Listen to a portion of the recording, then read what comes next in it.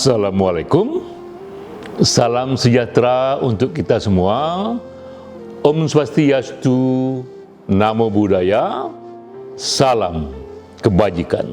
Awalnya adalah kearifan, awalnya adalah wisdom, lalu kearifan tersimpan dalam puisi. Ini kuliah singkat, kultum, kuliah 7 menit.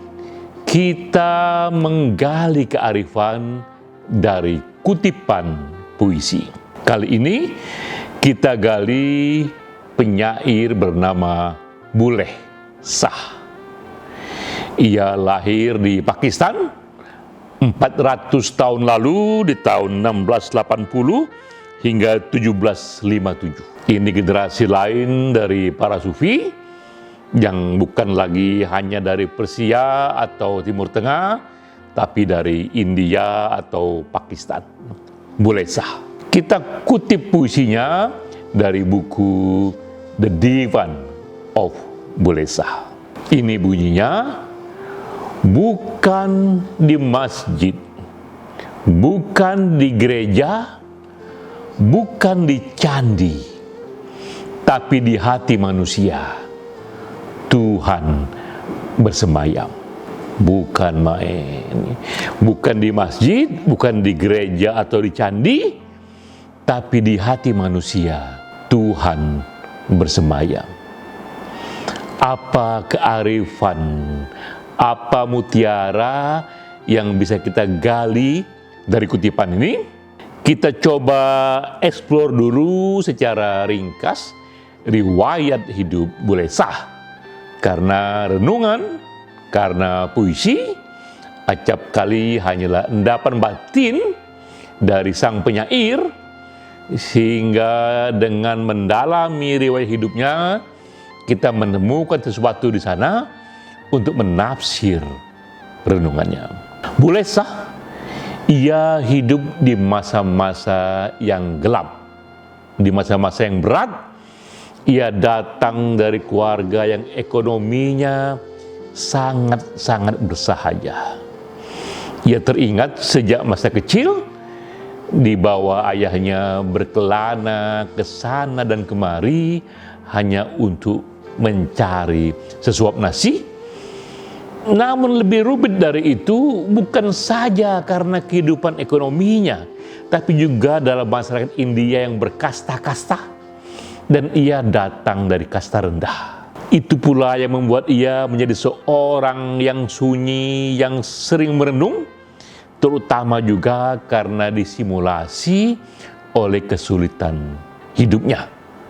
Tekanan ekonomi dan tekanan kasta sekaligus. Yang istimewa dari sang ayah, ia inginkan apapun yang terjadi, anaknya haruslah mengecap pendidikan tertinggi yang ia bisa. Sang ayah mencoba dengan seluruh keterbatasannya membuat Bulleh Shah tetap berada, tetap mengecap pendidikan yang tinggi. Ini pula lingkungan yang membuat Bulleh Shah berjumpa dengan begitu banyak pemikiran, begitu banyak orang-orang terpelajar membuka wawasannya. Kesulitan ekonomi, kasta, kesepian, justru itu pula yang menjadi santapan dari batin Bulleh Shah untuk tenggelam dalam aneka renungan filsafat, teologi, sufi. Ia baca aneka buku-buku penting soal teologi, soal agama, soal filsafat. Ia berdiskusi dengan begitu banyak guru-guru, sehingga akhirnya ia memberontak terhadap batas-batas dan sekat-sekat kasta. Ia juga memberontak terhadap tembok-tembok tebal yang memisahkan manusia karena paham agama. Lahirlah Bulleh Shah seorang perenung, namun ia memberontak terhadap konvensi di zamannya.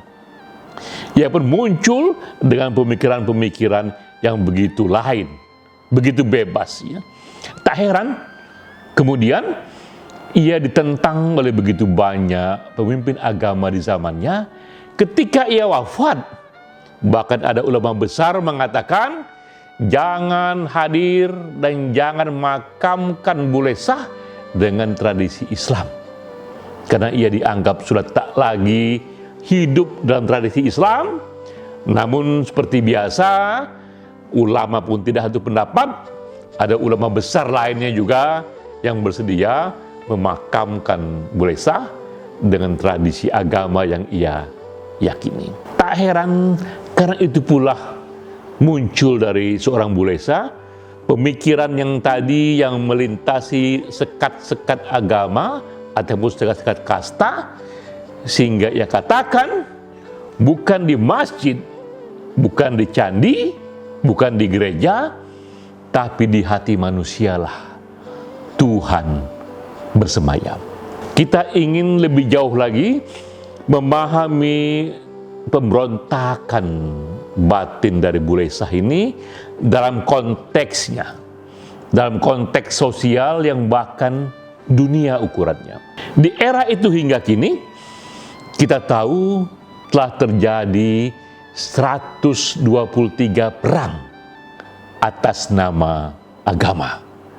Jadi kita lihat di samping agama ini membawa begitu banyak kedamaian, sejarah juga mencatat di tangan penganutnya yang keras, yang ekstrim, agama pun menjadi ikut bahan bakar peperangan yang jumlahnya sampai 123. Yang paling besar kita tahu adalah perang salib.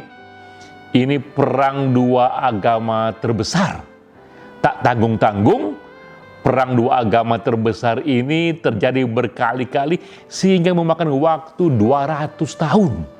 Ini salah satu perang paling lama dalam sejarah manusia yang justru disebabkan oleh perang yang bahan bakarnya salah satunya agama. Ini terjadi di tahun 1095 hingga 1271. 1095 hingga 1271 itulah perang salib yang membelah dunia saat itu. Kita menyaksikan dalam sejarah betapa era itu. Di tangan kanan mereka teriakkan kesucian Tuhan. Mereka meneriakkan cinta kasih. Tangan kiri mereka saling membunuh. Sehingga dalam perang itu 3 juta manusia mati. Termasuk wanita dan anak-anak. Satu hal yang absurd sekali. Bagaimana mungkin ini? Dua agama yang meneriakkan Tuhan yang Maha Suci, cinta yang begitu dalam, tapi tangan kirinya saling membunuh. 3 juta manusia mati di era tahun 1000 itu yang belum banyak jumlah manusia. Tapi tidak hanya Islam lawan Kristen. Di Kristen sendiri ada Protestan, ada Katolik. Dua paham ini yang sama-sama pengikut dari Kristus, dari Nabi Isa, perang terlibat dalam yang disebut terkenal 30 years of war. 30 tahun perang yang berdarah di Eropa. Ya. Itu tahun 1618, 1648. 30 tahun perang berdarah Katolik lawan Protestan yang menyebabkan matinya 8 juta manusia. Ini sama-sama bicara mengenai Kristus yang suci, yang berkorban karena cinta kasih, tapi dua-duanya terlibat dalam pembunuhan dan 8 juta manusia mati. Tidak hanya di Kristen, juga di Islam. Syiah dan Sunni terlibat dalam konflik dan perangnya juga menyebabkan begitu banyak kematian manusia. Dua-duanya mengatakan, kamilah pengikut Nabi Muhammad, Quran di tangan kanan kami, di tangan kiri mereka terlibat saling membunuh. Dan tidak hanya di Islam, di Kristen juga, di Buddha, di Hindu, di banyak agama lain, bahkan juga di banyak yang non-agama. Ideologi sekuler itu sama juga situasinya. Satu sisi bicara kemanusiaan, kemajuan, peradaban, cinta kasih, tangan kiri mereka saling membunuh. Nah, inilah konteks yang membuat Bule Shah memberontak. Tak hanya Bule Shah yang memberontak, banyak pemikir lain juga memberontak karena mereka melihat ada hati manusia yang sama di sana. Di balik semua perbedaan itu, ada hati yang sama-sama kesepian di sana. Apapun agamanya, ia bisa begitu sunyi, ia ingin dicintai. Ada yang di luar sekat-sekat itu yang dalam puisi Bulesa mengatakan, bukan di candi, bukan di masjid, bukan di gereja, tapi di hati manusialah Tuhan bersemayam. Kutipan ini menjadi kuat dikala kita merenungkan ketika oleh penganutnya, sekali lagi oleh penganutnya, agama dibuat ekstrim, dari satu renungan spiritual yang begitu dalam, dijadikan tembok-tembok yang memisahkan manusia, Homo sapiens yang satu dipisah menjadi kau dan aku, kita lawan mereka, tak hanya beda, tak hanya plural, tapi juga kemudian beda menjadi bertentangan menjadi musuh menjadi konflik dan perang, saling memusnahkan.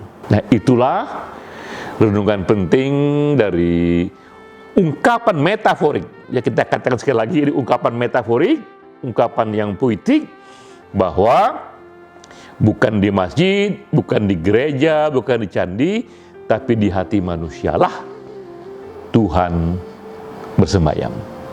Nah, kita di masa kini, kapanpun kita hidup, dimanapun kita berada, kita pun mendalami, kita pun merenungkan, kapanpun kita melihat terjadi perbedaan paham, kita harus juga memahami bahwa di balik semua perbedaan itu, semua kita adalah Homo sapiens yang sama, semua kita memiliki hati yang sama. Hati yang kesepian, hati yang ingin mencintai, hati yang ingin dicintai, hati yang oleh Bulesa dikatakan, di sanalah Tuhan bersemayam.